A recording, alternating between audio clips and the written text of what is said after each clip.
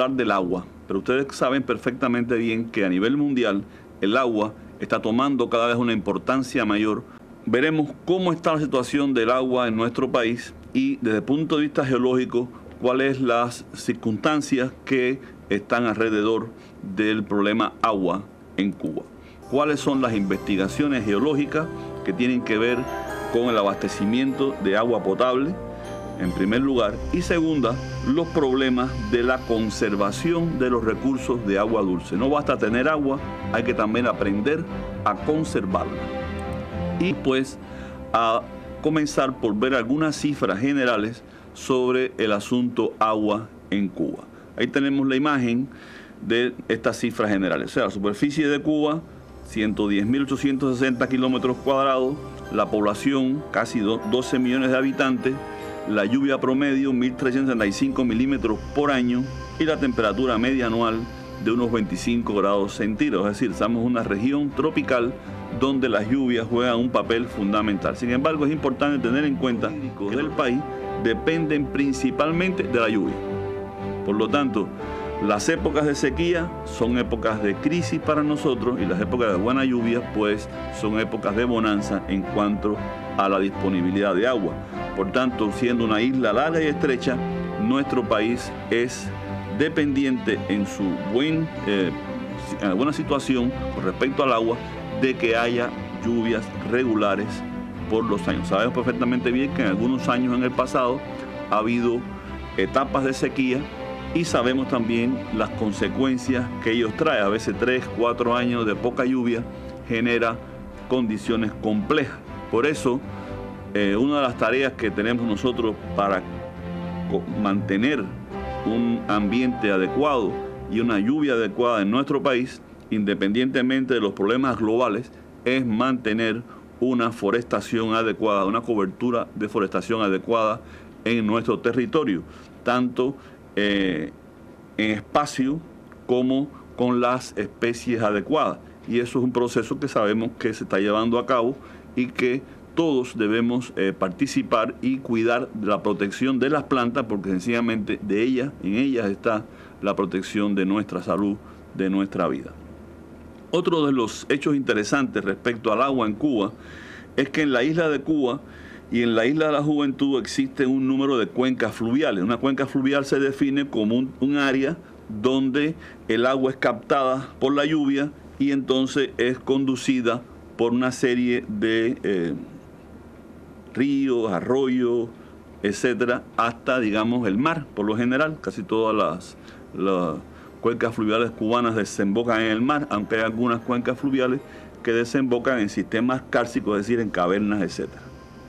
Ven que hay una gran cantidad de cuencas fluviales en Cuba.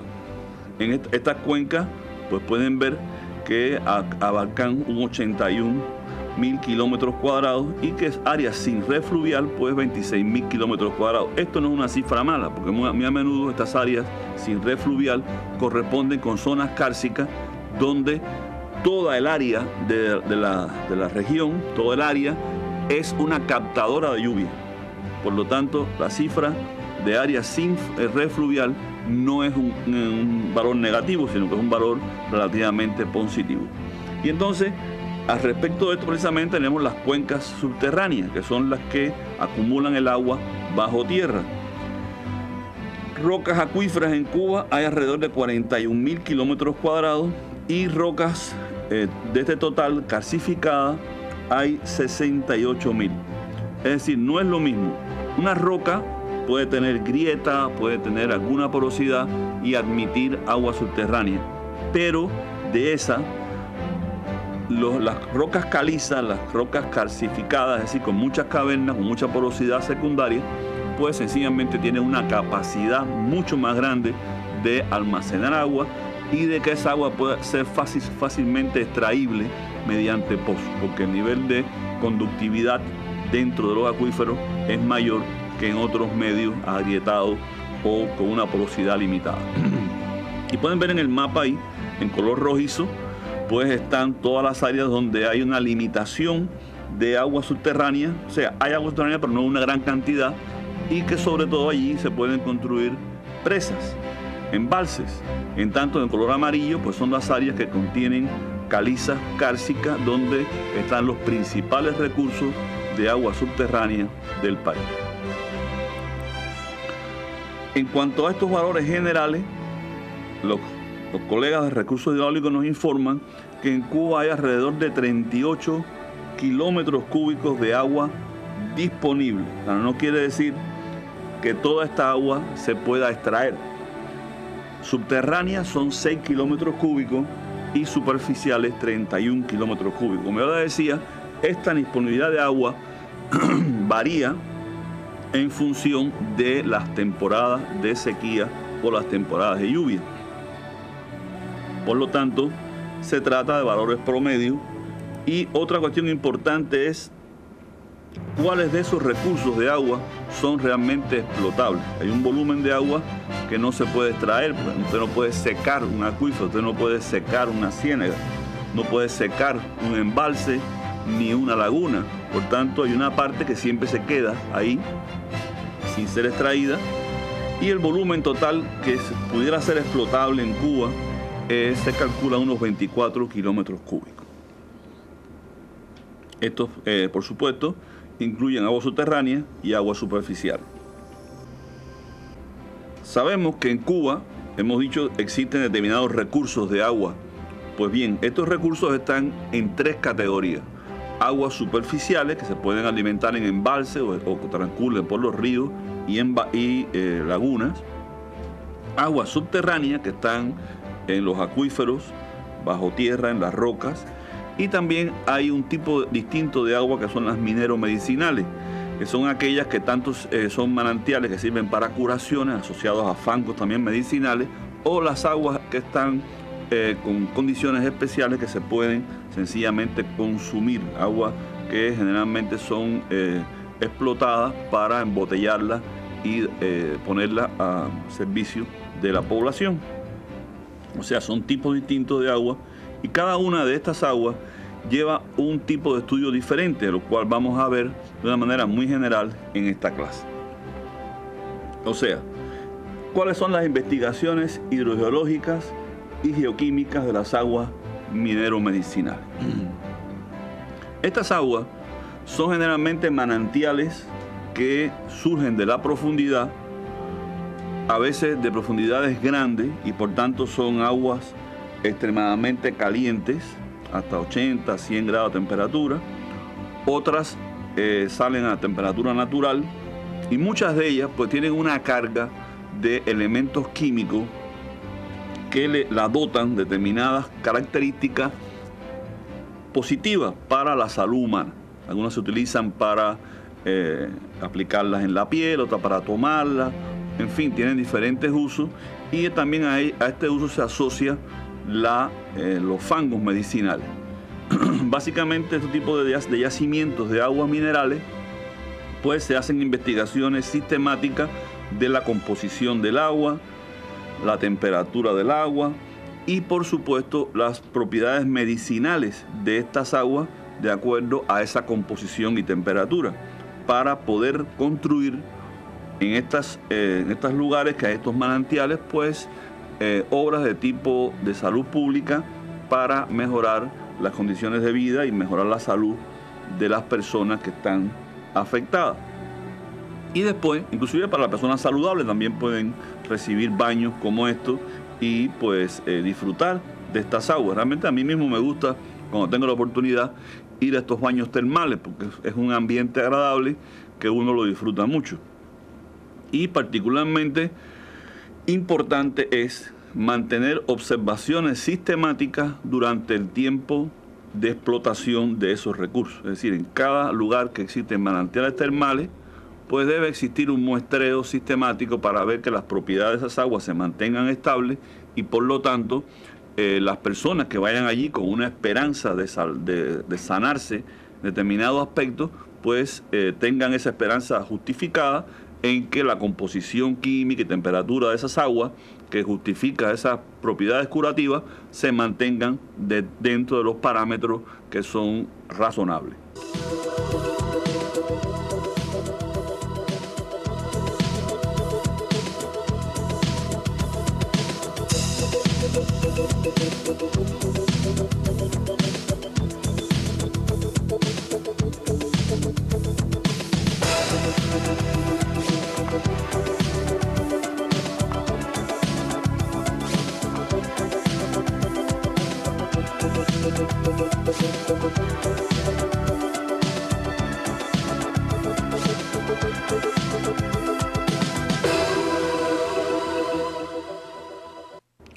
Vamos a ver ahora algunas imágenes de algunos manantiales de aguas mineras medicinales famosos de Cuba para que ustedes tengan una visión de qué tipo de instalaciones existen en estas localidades. Adelante.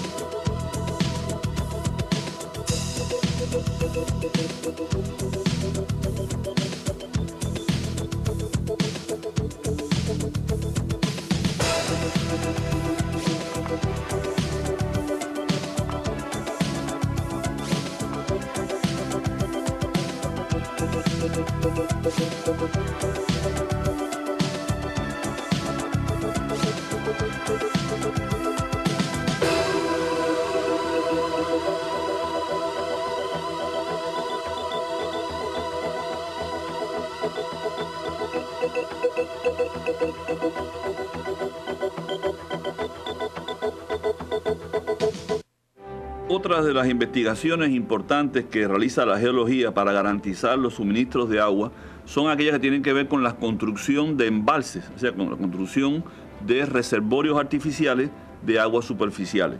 Esto lleva a un estudio muy completo, muy cuidadoso. No se pueden hacer estos tipos de obras sin una investigación geológica previa, que tiene que ver con el estudio del área del embalse para que el agua no se pierda, para que el agua no se infiltre en el subsuelo.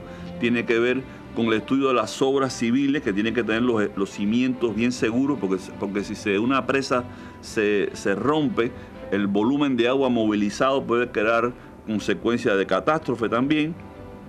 Y por supuesto, hay que mantener observaciones sistemáticas durante el tiempo de explotación de las obras. Es decir, después que se construye una presa, puede continuar observando cómo esa obra se comporta para evitar que ocurra algún suceso que se nos vaya de control, como que se rellene de agua o haya fracturas que pueda provocar algún peligro. Entonces, las observaciones sistemáticas de las construcciones hidráulicas es parte del trabajo geológico, de las investigaciones geológicas que se realizan comúnmente. Vamos a ver aquí, en esta imagen ahora, cuáles son las partes componentes de un conjunto hidráulico, o sea, de una obra hidráulica para obtener agua superficial. En el ejemplo de la presa Sasa. Aquí ustedes pueden ver que está, por supuesto, el muro, que es el que contiene el agua para que se rellene todo el embalse. Está, por supuesto, el aliviadero, que es el que permite que cuando el nivel de las aguas suben en esa cuenca, pues se alivien a través de este lugar y no ocurra una inundación excesiva, sino que simplemente las aguas en exceso de las lluvias, huracanes, etcétera, se alivian por esta obra y se incorporan otra vez al cauce del río sin ninguna dificultad. Y por supuesto están los canales y las obras de toma de agua, que son las que sirven para poner este volumen de líquido en función de la agricultura, en función de la industria o en función del consumo humano, que esto es uno de los tres aspectos importantes del uso del agua. Déjenme entonces decirle que cada una de estas obras que hemos mencionado ahí, cada una de ellas, lleva una investigación geológica previa. O sea, no se puede realizar ni el muro de la presa, ni las tomas de agua, ni el aliviadero, sin que sea precedido por una investigación geológica de los cimientos, de todos los alrededores, para garantizar la seguridad de esta obra, porque este tipo de construcciones pues pueden generar un riesgo si no están bien realizadas. En Cuba las investigaciones para las presas pues tienen un previo, un trabajo de topografía, del análisis de la lluvia, del análisis de los suelos, de las rocas, estudios muy complejos que garantizan de que esa obra pues no tenga dificultades, no tenga problemas dentro de los marcos propios de seguridad que tiene cualquier obra como esta. Y esto es algo que, bueno, que ustedes es bueno que lo conozcan, que no se trata de llegar y construir, sino que antes de construir una obra hidráulica, pues existen años de investigaciones previas y años de estudio geológico, inclusive, del embalse y las obras de fábrica.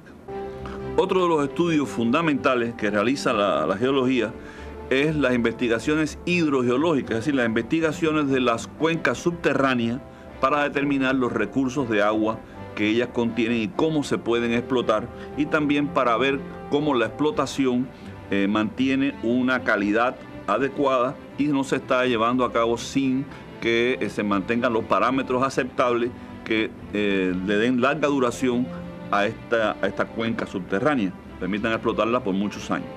Por esto hay tanto que hacer: investigaciones de cartografía geológica, cálculos de reservas estáticas y dinámicas de las cuencas, y también mantener las observaciones sistemáticas tanto de los volúmenes de agua que se extraen como de la química de esas aguas para ver si hay algún tipo de afectación.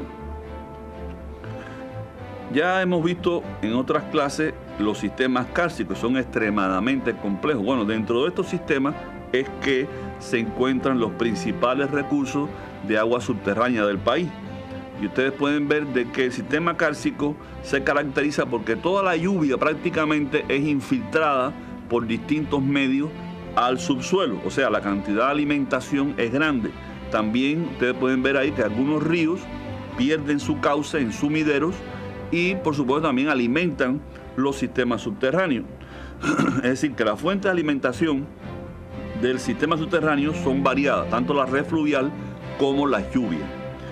Pero esa extrema comunicación que hay entre el acuífero subterráneo y la superficie significa también un elemento de riesgo cuando las personas que no tienen cuidado, pues en las cavernas y en esos lugares de comunicación entre la superficie y el sustrato, pues depositan basura, depositan contaminantes, hemos hablado de esto en otras clases, y sencillamente lo que están haciendo es haciéndose un daño a sí mismos, un daño a la comunidad, un daño al medio ambiente. Esto es una cuestión que hay que tomar muy en cuenta. Yo voy a poner un ejemplito sencillo para que ustedes vean lo catastrófico que puede ser inclusive para la vida personal de alguien, de una familia, el manejar mal el uso de las aguas subterráneas. Miren esta gráfica. Aquí ustedes pueden ver que hay un acuífero subterráneo, una casa de un campesino, de una persona, una industria puede ser también, darle la dimensión que ustedes quieran, y entonces hay un lugar donde donde se depositan los residuos, la famosa letrina en este caso, hay una cueva por ahí atrás en otro lugar y está un pozo. Si usted se fija, las aguas subterráneas se mueven en esta dirección.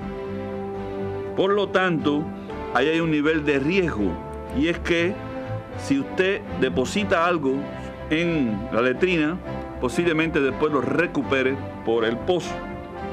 Esto no es ninguna gracia, no se trata de hacerle a ustedes un chiste, se trata de una cosa que ocurre normalmente y es extremadamente desagradable. Por lo tanto, tanto lo que cuando se diseña una letrina, como cuando se diseña un desagüe o un depósito para evacuar residuos de cualquier tipo, industriales, de lo que fuere, personales, inclusive cuando se usan las cuevas para eso, pues a menudo se está creando este sistema cerrado mediante el cual usted sencillamente está haciendo uso de el recurso que usted mismo bota, lo que usted deposita en esta letrina, en este depósito, sencillamente lo recupera a través del pozo con el cual usted se abastece. Y esto genera, por supuesto, enfermedades y muchos problemas que normalmente no los tenemos en cuenta. Otro problema también que hay es que a veces, ahí ven ustedes que los acuíferos cubanos se comunican con el mar y por tanto existe una cierta intrusión salina. Cuando esta intrusión salina no se controla, se hacen pozos muy profundos, se saliniza el acuífero y se echan a perder las aguas por largo tiempo. Vamos a profundizar un poquito más en este asunto. Miren, un ejemplo, el acuífero del sur de la provincia de Matanzas y La Habana. Este es el área del acuífero, lo pueden ver en estos dos mapas. Y las flechas azules indican en qué dirección se mueven las aguas. La flecha roja, esa que está ahí indicando, muestra hacia dónde también entran las aguas saladas. Veamos cómo ocurre. En toda esta superficie del terreno llueve y las aguas se van hundiendo en el terreno porque hay muchas formas de captación de agua, y todo esto forma una corriente subterránea, no superficial, que marcan estas líneas azules que llevan el agua hasta el mar. Pero el mar también actúa sobre la tierra, y entonces hay aguas salobres que, como ustedes ven, estas líneas amarillas se colocan por debajo de las aguas dulces y penetran tierra adentro. Esto es un proceso natural que tiene lugar en todos los acuíferos kársticos costeros de Cuba, que son la mayoría, y que por lo tanto caracterizan el funcionamiento de estos sistemas.